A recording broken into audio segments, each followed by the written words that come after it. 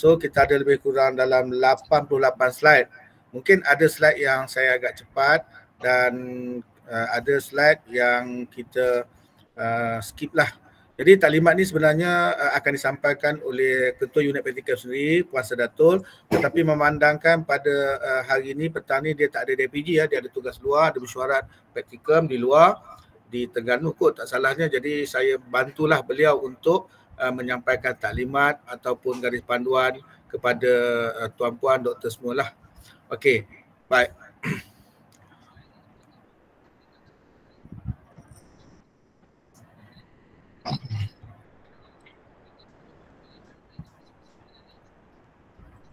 Okey, baik.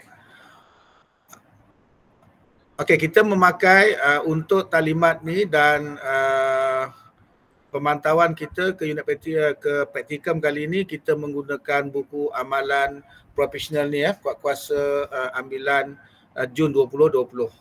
Dan kumpulan yang terlibat adalah PDPP ambilan Oktober 2024. Baik, garis panduan PDPP.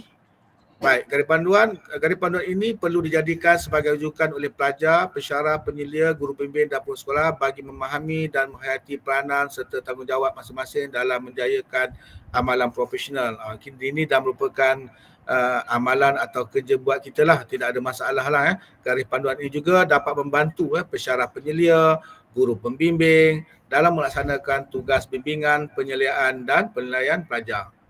Okey, seterusnya garis panduan amalan pelaksanaan amalan profesional PDPP berkuat kuasa mulai ambilan Jun 2020 buku yang warna ungu ni lah.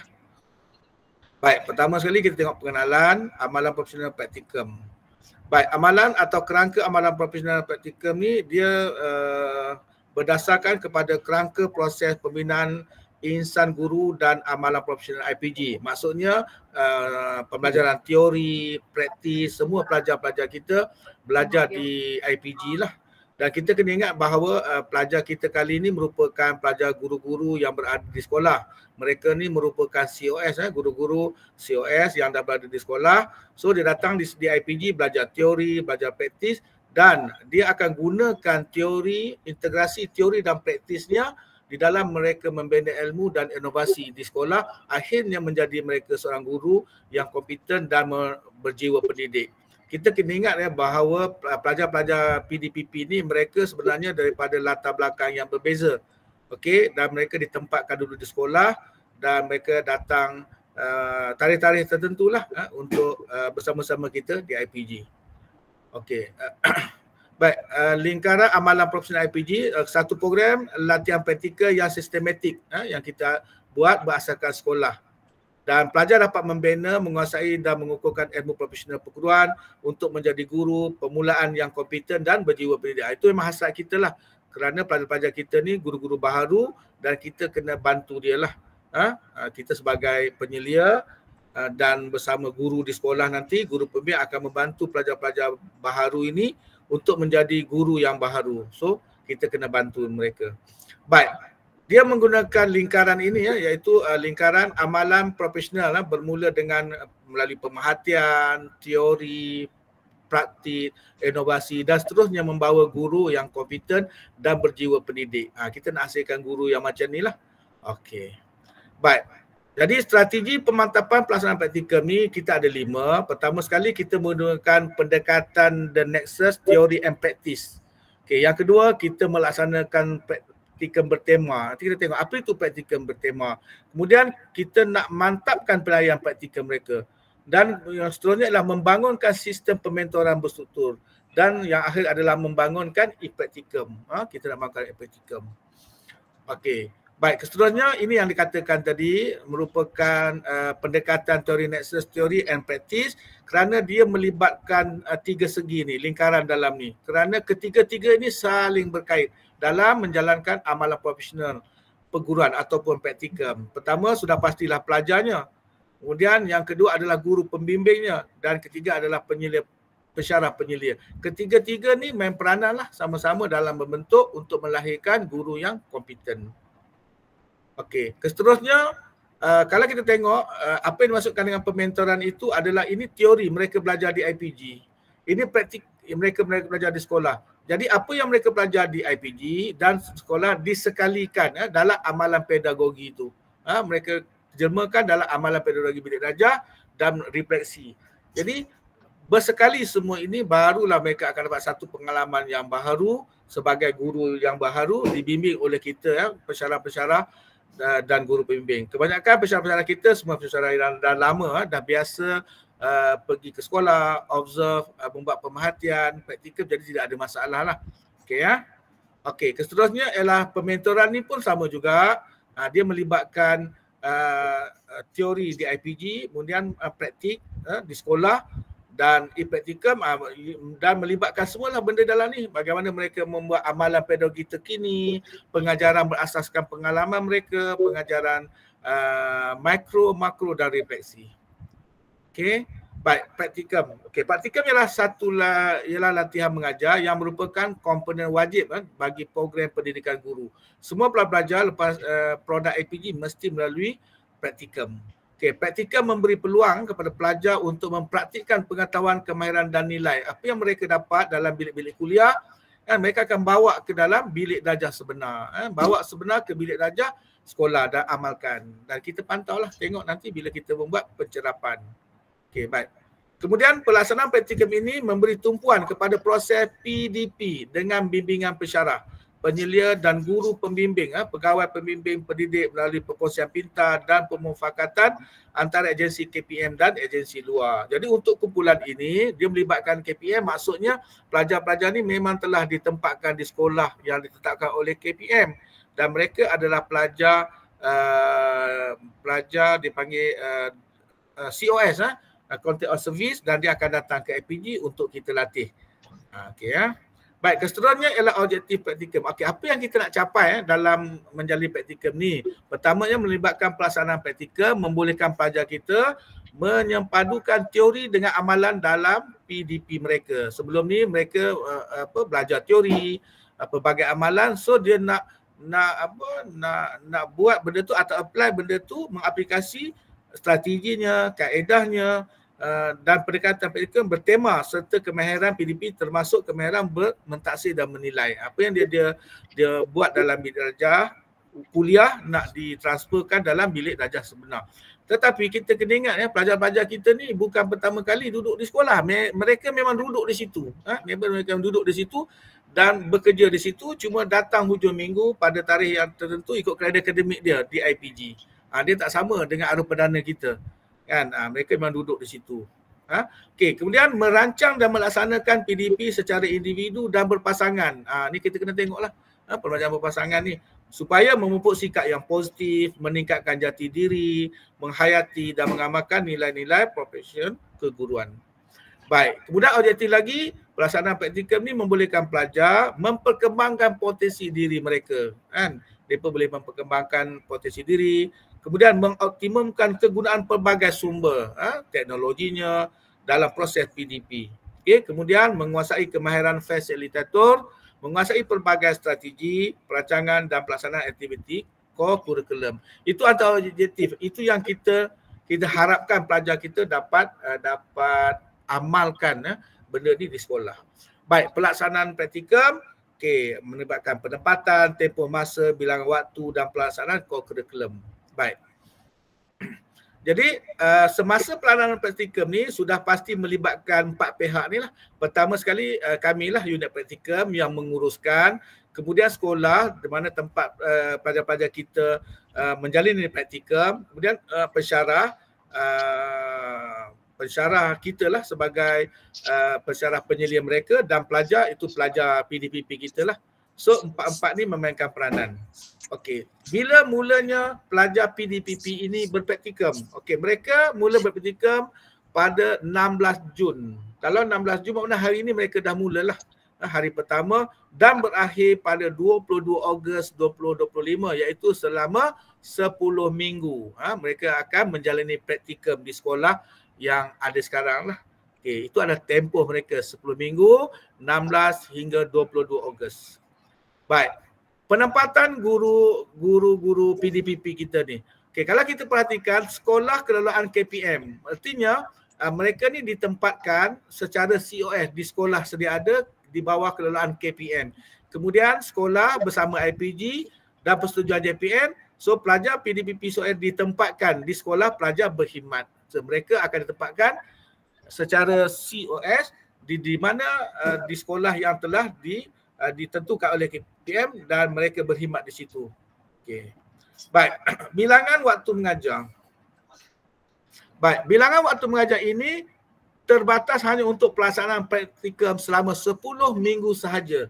Artinya sepanjang praktikum ni waktu mengajar bagi pelajar PDPP ialah 8 waktu minimum dan 12 waktu seminggu maksimum. Artinya pelajar inilah waktu yang paling ideal untuk mereka buat, untuk membuat persiapan, kerana waktu 8 ke 12 ini yang mereka kena tulis penuh RPH dia. Tetapi isunya di sekolah sekarang, sekolah tempat mereka bertugas, mereka mengajar mungkin lebih daripada tu. Bukan 12, bukan 8, sampai 20 lebih. Okey, tak apa. Bila kita pergi, masa kita pergi perjalanan awal tu, kita tengok, kita pastikanlah benda tu. Yang ambil kira hanya 8 ke 12 waktu ni sahaja. Ambil kira maksudnya yang itu saja mereka kena tulis RPH penuh. Dan yang lain mereka tak payah declare lah, tak payah istihar lah sebagai waktu praktikum. Okey, dan bidang yang perlu diajar dan dinilai bagi pelajar PDPP ialah hanya bidang teras sahaja. Okey, pengajaran berpasangan perlu dijalankan sekurang-kurangnya sekali. Artinya di awal ni bila kita buat lawatan sosial, kita minta dah pelajar kita menjalankan sekurang-kurangnya sekali pengajaran secara berpasangan. Okey. Supaya mereka ada pengalaman tadilah melihat bagaimana teknik ataupun teori yang pernah dia belajar di IPG. Okey, waktu mengajar selain daripada yang dinyatakan adalah tertakluk pada pihak sekolah. Okey, kita tegaskan lagi. Kan, katakanlah kita dah kata 8-12, tiba-tiba tengok jadual dia lebih pada tu. Yang lebih pada tu dia tak record sebagai waktu praktikum. So dia tidak perlu menulis RPH penuh. Yang penuh adalah 8 ke 12 sahaja. Yang lain dia akan ikut sekolah lah, sebab sekolah dah bagi jadual waktu. Dia tak rombak jadual waktu dia. Cuma dia akan istihar 8 dan 12, 8 ke 12 waktu ini sahaja sebagai waktu praktikum. Saya nak jelas kot benda ni. Okey, pelaksanaan core curriculum.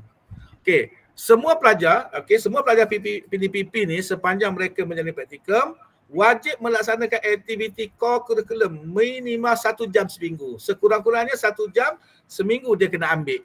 Pensyarah bidang teras, kita lah bertanggungjawab membuat bimbingan dan penyelidikan core curriculum seperti jadual penyelidikan. Kita tengok bila yang sesuai untuk kita menilai core curriculum dia. Sekurang-kurangnya sejam. Pelajar perlu melaksanakan sekurang-kurangnya 1 aktiviti core curriculum dalam mana-mana komponen, sama ada dalam kelab, persatuan, sukan dan permainan atau unit beruniform di peringkat sekolah. Okey, pelajar juga perlu menyediakan 1 RPH core curriculum yang lengkap bagi mana-mana komponen pada setiap sesi pelaksanaan core curriculum tersebut.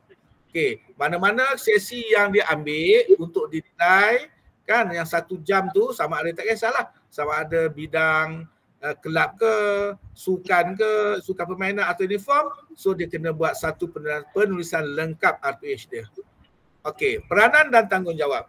Baik, pengusaha sekolah, guru pembimbing, pensyarah penyelidik dan pelajar. Baik, peranan dan tanggungjawab pensyarah.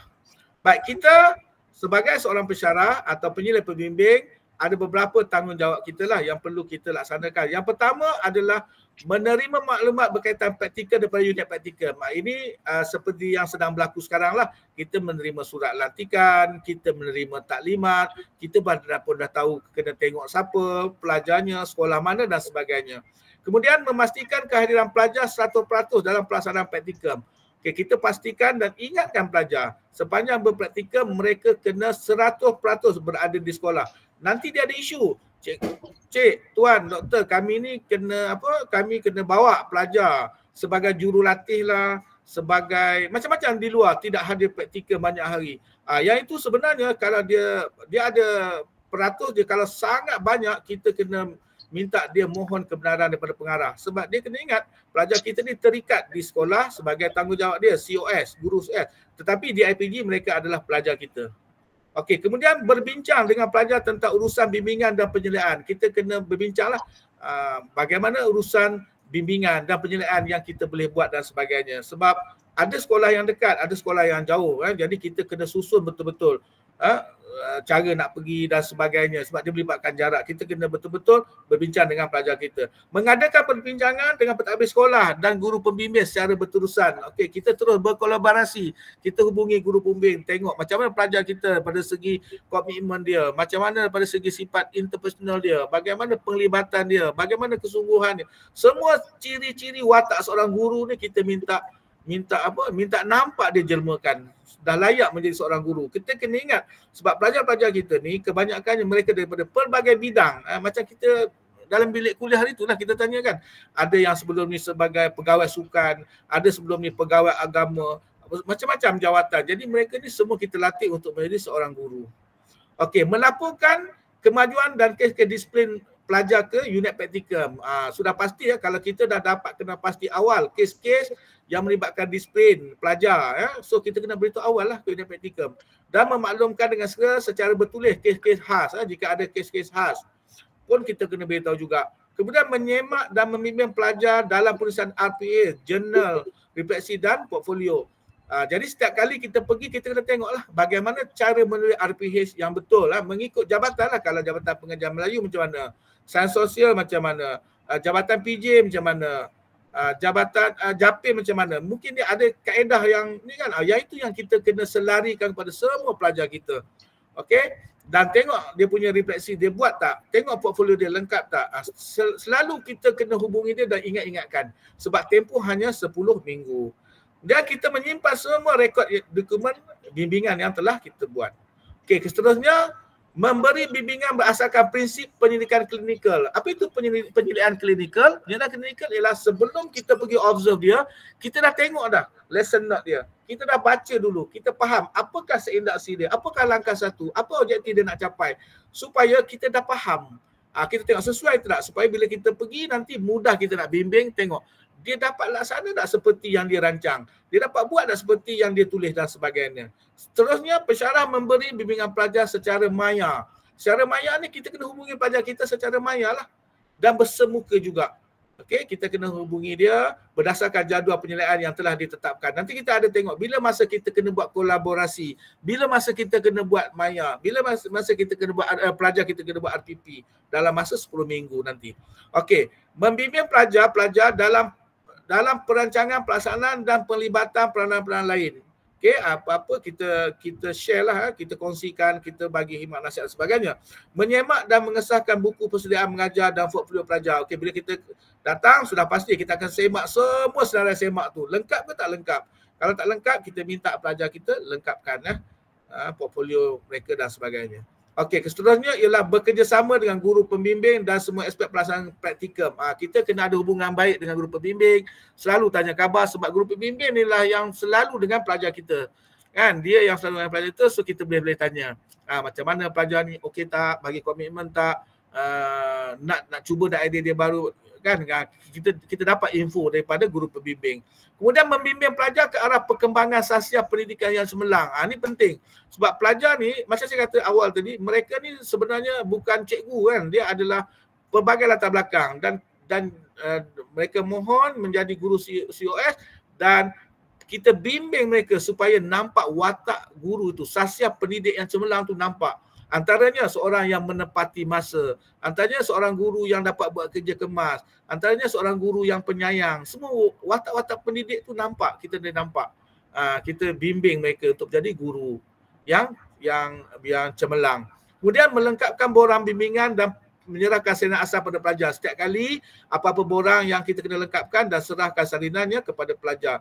Okey, membuat rumusan peratasi praktikum bersama guru pembimbing menggunakan borang PR2 dan menyerahkan borang kepada unit praktikum. Ini apabila di akhir nanti kita nak buat penyelidikan bersama dengan guru pembimbing, kita lengkaplah PR2 dan berbincang dengan guru pembimbing berapa kita nak bagi. Dan walaupun keputusan muktamad adalah kita lah sebagai penyelidik, tetapi kita minta pendapat guru pembimbing. Okey, macam mana nampak pelajar ni dan sebagainya lah. Okey, macam kerja buat kita selalulah. Okey, baik. Okey, seterusnya ialah Tanggungjawab pensyarah penyelia juga ialah mendaftar item. Kita kena daftar ya. Kita buka item, kita daftar di bawah peperiksaan September 2025, kita tagging dia sebagai PJJ, kod kerusi adalah PRKA 2045, tempoh adalah 2 jam. So kita masukkan situ adalah 2 jam dan kita daftarlah, tengok nama pelajar yang terlibat. Okey, kita kena daftar adalah item. Okey, seterusnya ialah ini senarai semak pensyarah penyelia. Senarai semak pensyarah penyelia. Mana kita dah mendaftar pelajar dekat item, kita dah buat ke belum? Melengkapkan 2 jam keadaan dalam praktikum item tu. Membuat lawatan sosial, isi di praktikum. Menyemak folio. Ini sebagai checklist kita lah sepanjang kita menjadi pensyarah penyelia nanti. Pensyarah penyelia kumpulan PPCOS ni. Kita bawa senarai semak ni. Kita tengok supaya tidak ada tertinggal pada mana-mana bahagian. Okey, yang seterusnya ialah khidmat profesional peringkat IPG. Khidmat penyeliaan daripada jabatan lain di IPG kampus boleh disanakan sekiranya ketidakcukupan tenaga penyelia daripada jabatan yang menawarkan kursus. Pensyarah penyelia yang dilantik perlu mempunyai kepakaran bidang tertentu. Kursus bimbingan penyeliaan praktikum dalam bidang berkenaan perlu diberikan kepada pensyarah yang tidak mempunyai kepakaran dalam bidang berkaitan. Okey, pertama sekali adalah khidmat penyeliaan dari jabatan lain.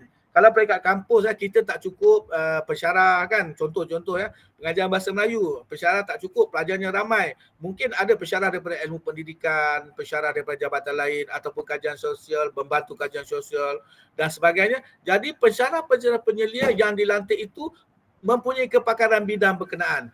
Sekurang-kurangnya mereka telah diberi kursus bimbingan penyeliaan praktikum.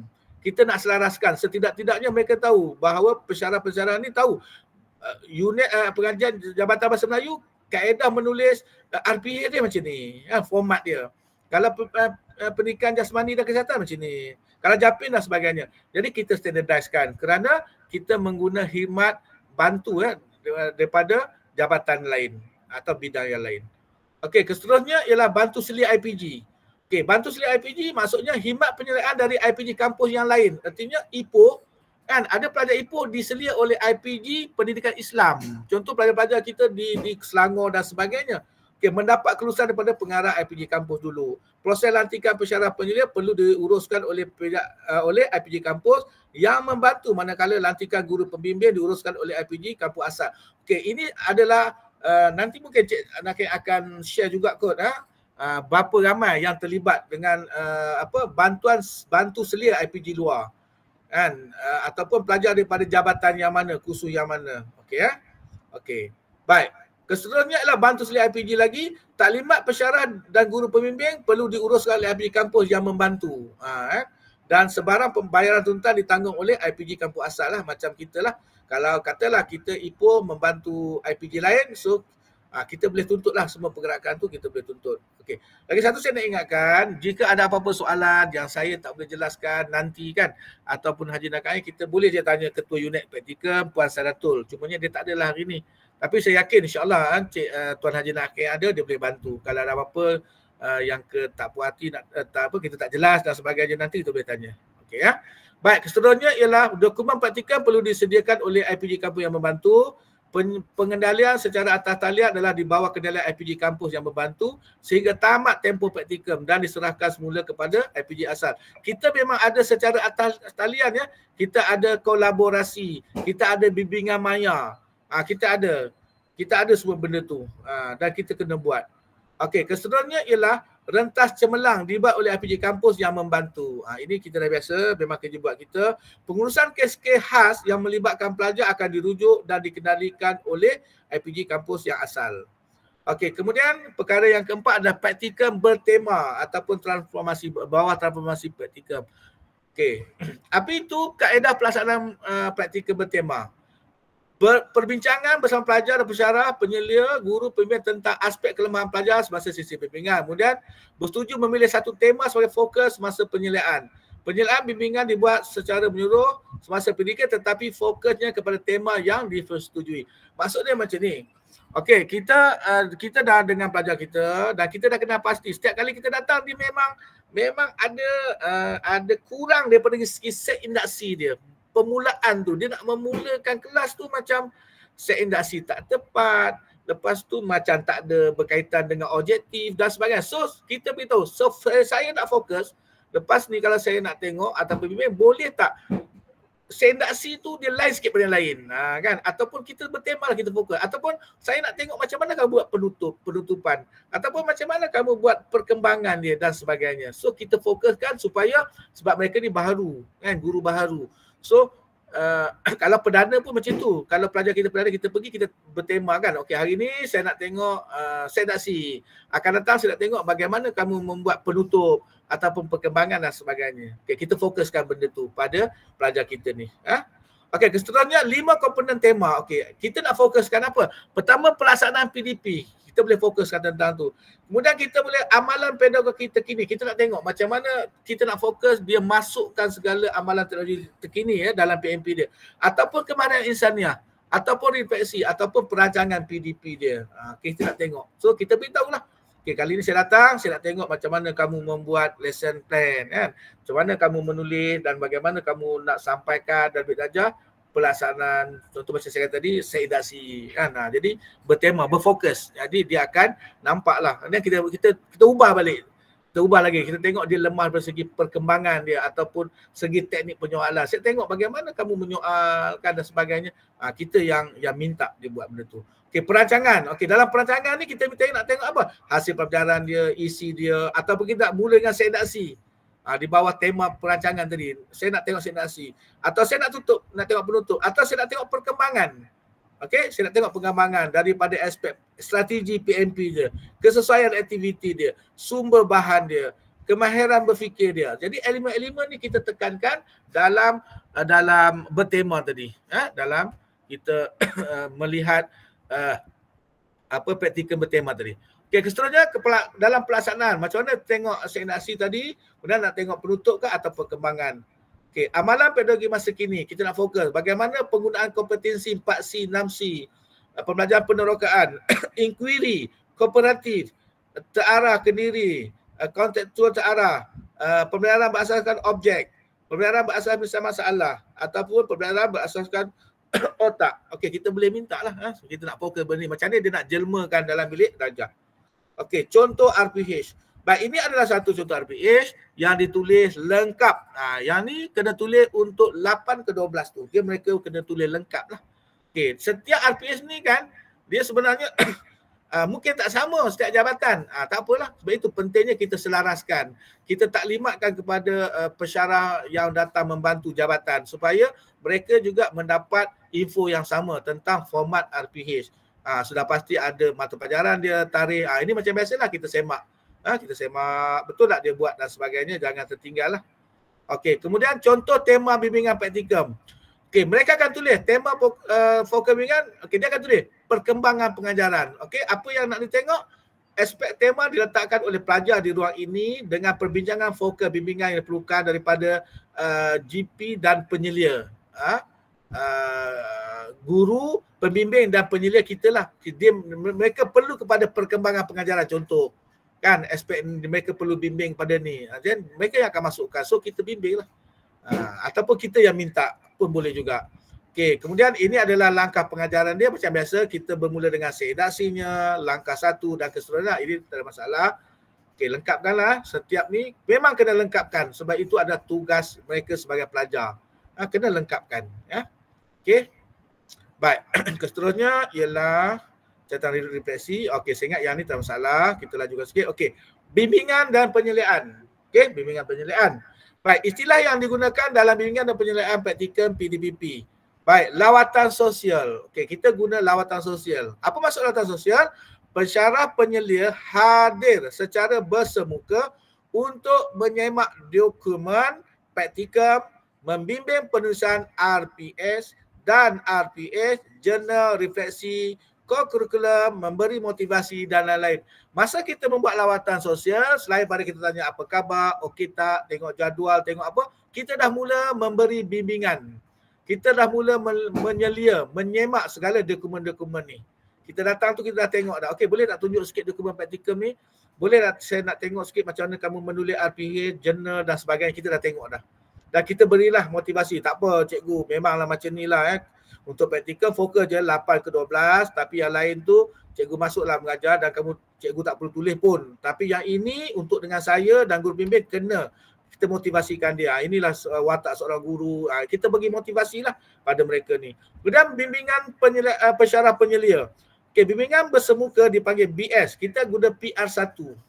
Okay, masa PR1, pensyarah penyelia kita berjumpa secara bersemuka face to face dengan pelajar untuk melihat apa? Kita nak tengok bagaimana dia menyampaikan sesi pengajaran dan pembelajaran. Kita duduk kat belakang tengok dia mengajar. Kemudian sambil-sambil tu kita semak file dia. Sambil-sambil tu kita semak penulisan jurnal dia. Habis PMP, kita berjumpa dengan kejap, sembang-sembang, kan apa buat penambahbaikan dan sebagainya. Okey, jelas ya? Macam amalan buat kita biasalah tu. Kemudian bimbingan maya. Bimbingan maya, pensyarah penyelia menyemak RPS melalui WhatsApp. Boleh. Email boleh. Telegram boleh. Pensyarah memberi komen dan penambahbaikan. Pelajar membuat RPS yang dikomen dan masukkan dalam fail PDP. Ini masuk bimbingan maya. Kita ada buat benda ya, dihantar RPS dia dan kita tengok dulu kan, lepas tu kita buat komen sikit, buat penambahbaikan, kemudian akhirnya dia upload balik. Jadi dah berlaku, dah proses, nama dia BM, bimbingan maya.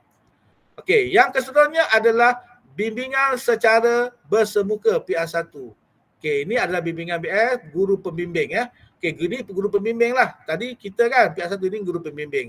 Sama juga apa yang dia tengok. Sama juga dia tengok, dia menggunakan borang PR1 juga. Okey, ini tapi ini guru bimbing lah.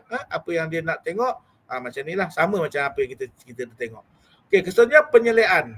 Pelaksanaan secara bersemuka oleh pensyarah penyelia sahaja. Pensyarah penyelia melihat pelaksanaan PDP dan memberi markah. Ini kita sahaja datang tengok. Kemudian pensyarah penyelia menyemak fail refleksi BBM untuk memberi markah. Kemudian markah diboleh akan menentukan pencalonan cemerlang. Kita dah dapat kena pasti dah. Sebab kita datang tengok pelajar ni layak cemerlang, so kita buatlah step langkah seterusnya untuk pencalonan cemerlang. Okey, baik. Penyeliaan bersama. Yang ini dilaksanakan bersama bersemuka oleh pensyarah penyelia bersama guru pembimbing. Kita dengan guru pembimbing. Kita duduk dua orang kat belakang, kita akan tengok pelajar kita mengajar. Dalam pada tu kita sembang-sembang dengan guru pembimbing. Agak-agak berapa kita nak bagi. Okey tak ni dia ni. Macam mana komitmen dia? Macam mana dia mengajar? Macam-macam kita boleh dapat info dan akhirnya kita membuat keputusan berapa markah yang dipoleh untuk menentukan pencalonan ni. Okey, ini pensyarah penyelia dan guru bimbing melihat pelaksanaan PDP dan beri markah. Ini samalah penyelia guru dan guru membimbing menyemak fail jurnal BBM untuk beri markah. Okey, dan kita akhirnya kita dapat satu markah selepas kita berbincang dengan pembimbing. Okey, kolaboratif. Okey, sila seterusnya ada kolaboratif. Apa itu kolaboratif? Perbincangan antara pensyarah kita, pensyarah penyelia dan guru pembimbing. Bila antara pensyarah dengan guru pembimbing kita panggil dia kolaboratif. Mengenai prestasi pelajar dalam proses menentukan pemberian markah daripada pelajar, mengisi borang kolaboratif. Ada kita berbincang dan sebagainya. Itu kita panggil dia sesi kolaboratif.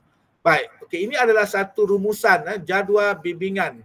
Baik, kalau kita perhatikan, kita duduk kat sini lah, pensyarah penyelia trust. Minggu adalah minggu hari ni lah. Hari ni 17 sampai minggu ke-10. Kan? Okey. Jadi di celah-celah ni kita yang main peranan. Jadi minggu pertama, minggu kedua, artinya minggu ni dan minggu depan kita dah kena buat lawatan sosial. Dan kita juga kena buat bimbingan bersemuka. Kita kena buat dah dalam minggu 1 dan minggu 2 ni. Ataupun kita pergi sekali kita buat dua-dua. Kita dalam itulah kita sosial, buat lawatan sosial, ataupun dalam itulah sekali kita buat bimbingan semuka. Kita selesaikan apa yang kat awal tadi. Macam mana RPH dia, macam mana jadual dia, macam mana BBM dia, dah kita selesaikan dah. Bila masuk minggu ketiga, dia panggil bimbingan maya. Okey, bimbingan maya ni kita dengan dia secara online. Okey, dia hantar dia punya RPH dia. Kita tengok, semak, komen, buat pentulan dan upload balik. Masuk je minggu yang keempat, kan kita kena buat penyeliaan satu dah. Bersama dengan kolaboratif. Penyeliaan satu kita lah, membuat satu. Kolaboratif adalah kita dengan guru pembimbing tadi. Kita dah buat, kita jumpa, kita boleh tanya dengan guru pembimbing macam mana pelajar kita ni kan. Kita dah buat dah kat sini. Lepas tu tengah-tengah praktikal dia kena buat RPP ataupun refleksi pertengahan praktikum. Dia kena buat apa yang dia dah dapat selama 5 minggu dalam 4 minggu yang awal ni. Lepas tu dia sambung lagi. Dia sambung lagi dengan bimbingan maya Bimbingan maya tadilah dia bagi RPA kita tengok, tetapi untuk co-curriculum pula. Okey, kemudian kita selesaikan penilaian kita pada minggu 7 dan 8 untuk membuat penilaian kurikulum plus dengan K kolaborasi 2. Kita selesaikan dan akhir sekali adalah kita pada minggu ke-9 dan ke-10 kita membuat penilaian bersama dengan guru pembimbing untuk beri markah akhir. Okey, setakat ini jelas tuan-puan, doktor-doktor, rakan pensyarah? Kalau jelas angkat emoji sikit. Boleh? Boleh semua? Okey, Dr. Rizaman ada angkat tangan. Ya, doktor? Ya, Dr. Rizaman? Dr. Rizaman? Ada nak tanya? Ya, angkat tangan tu jelas, bukan tanya. Ya? Maknanya jelas. Okey, ya, okey, jelas. Okey, saya teruskan ya. Okey, saya teruskan.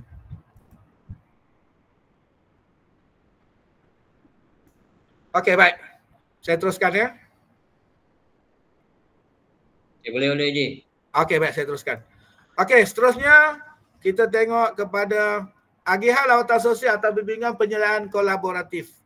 Okey, bidang trust, co-curriculum, okey, IPG, lawatan sosial sekali, bersemuka sekali, bimbingan maya. Ini macam tadilah rumusan pada yang tadi tu. Kemudian wajaran penilaian, arus perdana pendidikan hal untuk dalam 10 minggu ni, bidang trust penyelidikan sekali, penyelidikan bersama. Okey, ini adalah dia punya markah dia lah, 35, 50, kokura 10, tambah RPP, so lengkaplah mereka dapat 100%. Ini wajaran penilaian. Okey, proses bimbingan. Bidang trust, okey. Bimbingan pertama adalah borang PR1. Pensyarah penyelia dan guru pembimbing akan merujuk pada pelaksanaan PDPP guna PR1.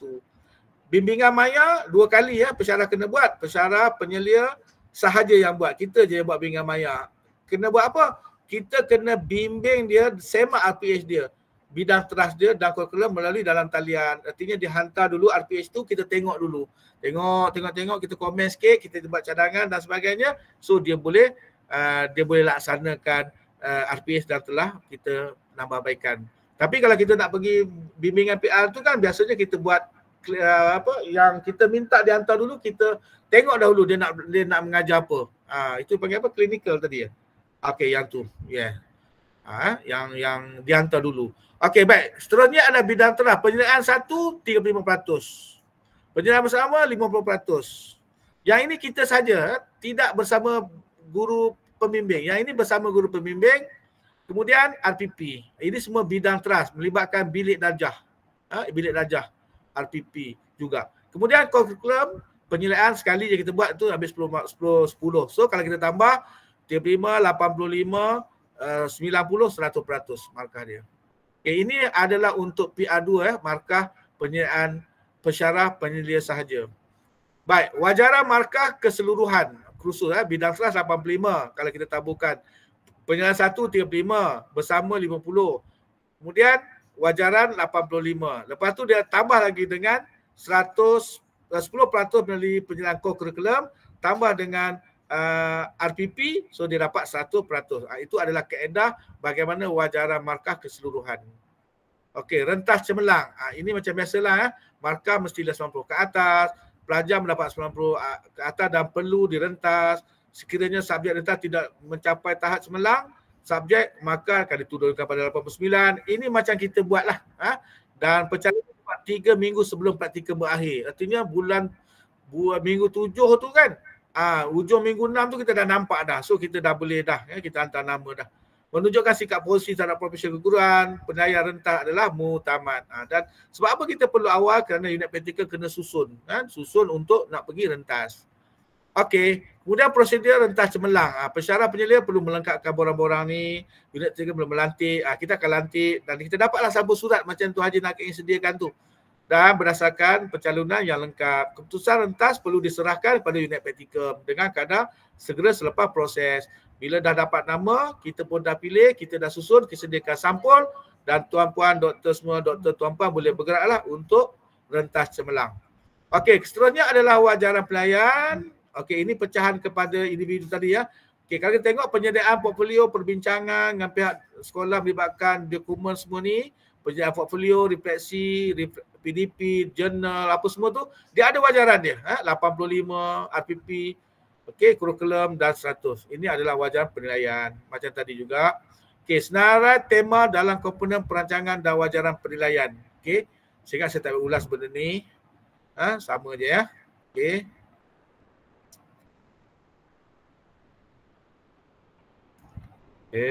Refleksi. Dan tema ini dalam komponen kurikulum pula, permainan, olahraga, uniform, persatuan yang pelajar kena ambil lah mana-mana satu. Okey. Baik, refleksi pertengahan praktikal. Okey, yang ini mereka kena buatlah pada minggu ke-5. Selama 1 hingga 2 hari dilaksanakan secara online lah. Okey, surat panggilan RPP kita akan keluarkan, jabatan menetapkan tempat, pemantau oleh Dinas Praktik akan pantau lah tempat tu dan dokumen borang penilaian RPP. Okey, masukkan semua ke dalam Google Drive secara lewatnya pada minggu yang ke-8. Okey ya, ini melibatkan RPP pada minggu yang ke-5.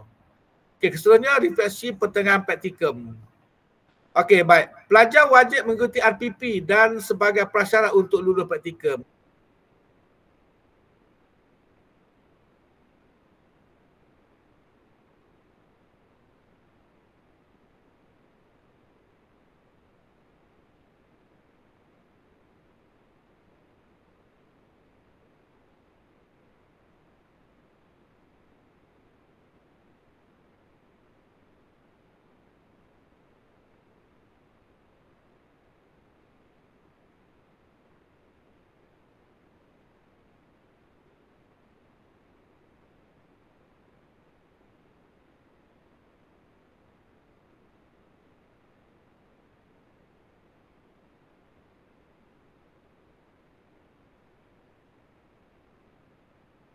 Tuan Haji, suara dah tak ada Tuan Haji.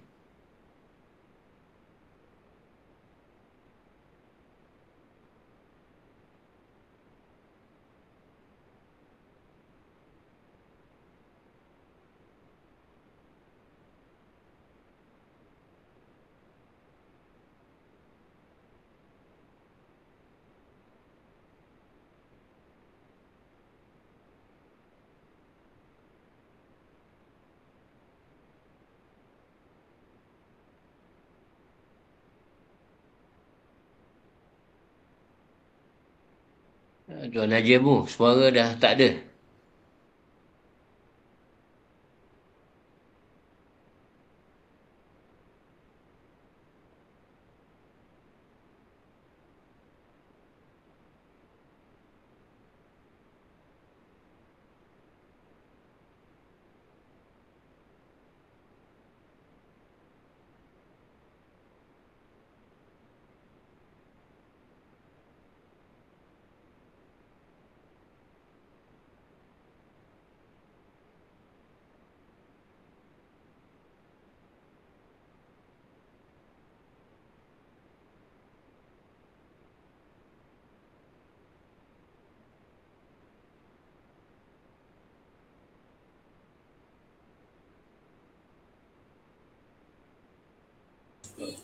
Tak ada suara, bos.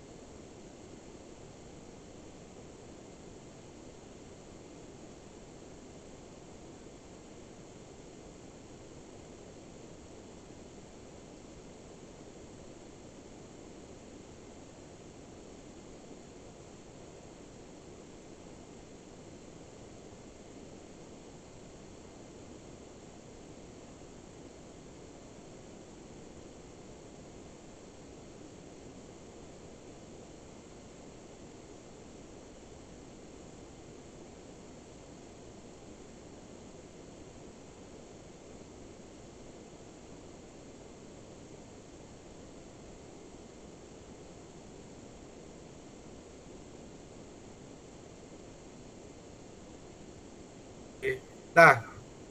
Baru dengar. Subhanallah, saya dah jauh kat mana-mana. Okey, tak apa. Baru dengar suara saya. Okey, isu praktikum. Kehadiran. Pelajar tidak hadir atau lewat hadir ke sekolah. Macam kita nyatakan tadi, kehadiran adalah wajib. Pelajar kena hadir, tak boleh lewat dan sebagainya. Ini kita ingatkanlah masa lawatan sosial tu, kita kena ingatkan kamu kena hadir, tak boleh lewat dan sebagainya. Samping tu kamu juga ada bilangan bimbingan oleh penyelidikan perlu mencukupi seperti yang ditetap oleh garis panduan. Kita ada PR1, kita ada PR2, kita ada bimbingan maya, kita ada kolaboratif, kita ada banyak. Kemudian kita ada RPP juga. Ini merupakan benda-benda yang pelajar kena ambil bahagian lah. Pelajar kena terlibat. Okey, seterusnya semakan portfolio. Adalah tanggungjawab pelajar untuk melengkapkan dan tanggungjawab guru pembimbing dan pensyarah untuk menyemak. Okey, masa kita pergi tu, kita dah beritahu dah. Semakan e-portfolio ni, masa kita pergi lawatan sosial, mula tu kita beritahu dah. Dan pelajar kena lengkap secara berkala sikit-sikit. Kalau benda tu banyak, kan buat sikit-sikit supaya lengkap. Kan kita tak nak nanti di hujung praktikum masih tak lengkap. Kan kalau hujung praktikum tak lengkap, memang tak akan lengkapnya.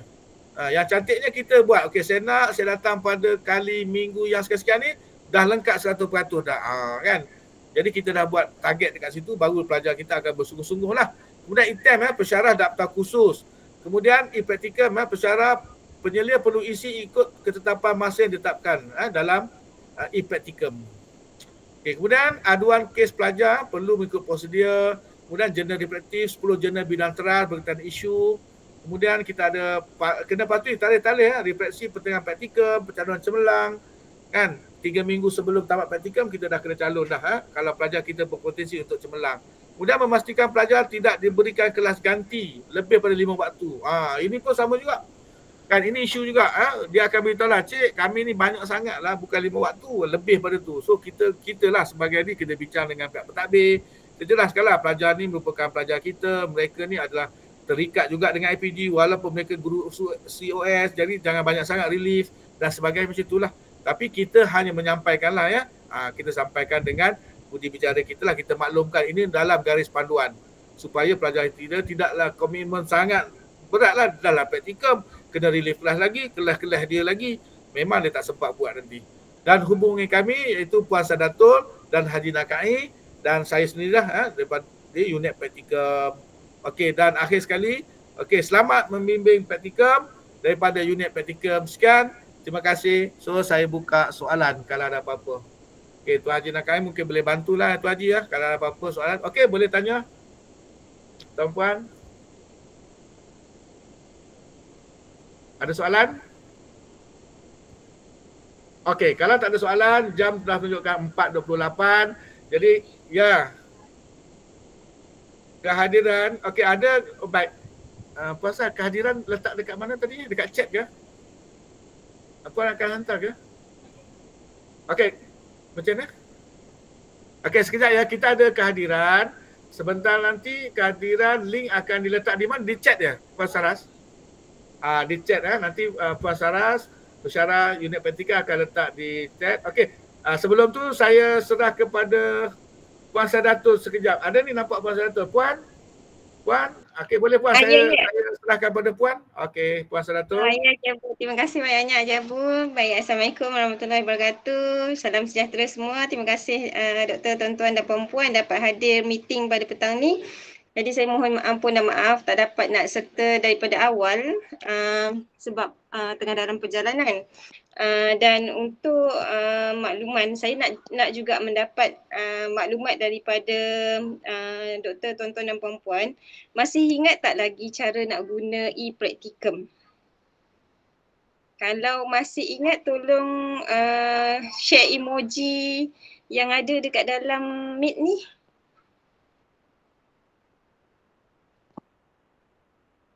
Ingat tak? Thumbs up ke thumbs down? Okey, baru 2 orang yang respon. Yang lain macam mana ya? Baik, untuk pelaksanaan praktikum semester ini, kita masih lagi guna e-praktikum. Yang mana e-praktikum ni pernah kita guna semasa PDPP kan, dan unit X tempoh hari. Jadi penggunaan dia masih sama.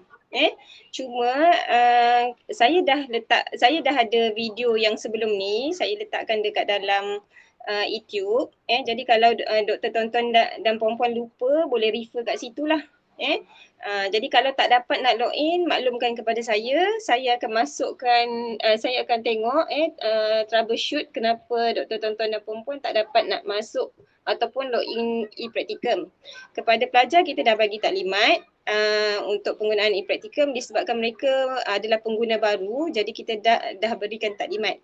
Dan seandainya doktor tuan-tuan dan puan-puan masih nak taklimat lagi berkenaan dengan e-praktikum, tolong maklumkan kepada saya sekarang, boleh tak? Adakah masih memerlukan taklimat e-praktikum ataupun memadai dengan saya berikan video rakaman sahaja yang tempoh hari? Boleh respon doktor, tuan-tuan dan puan-puan?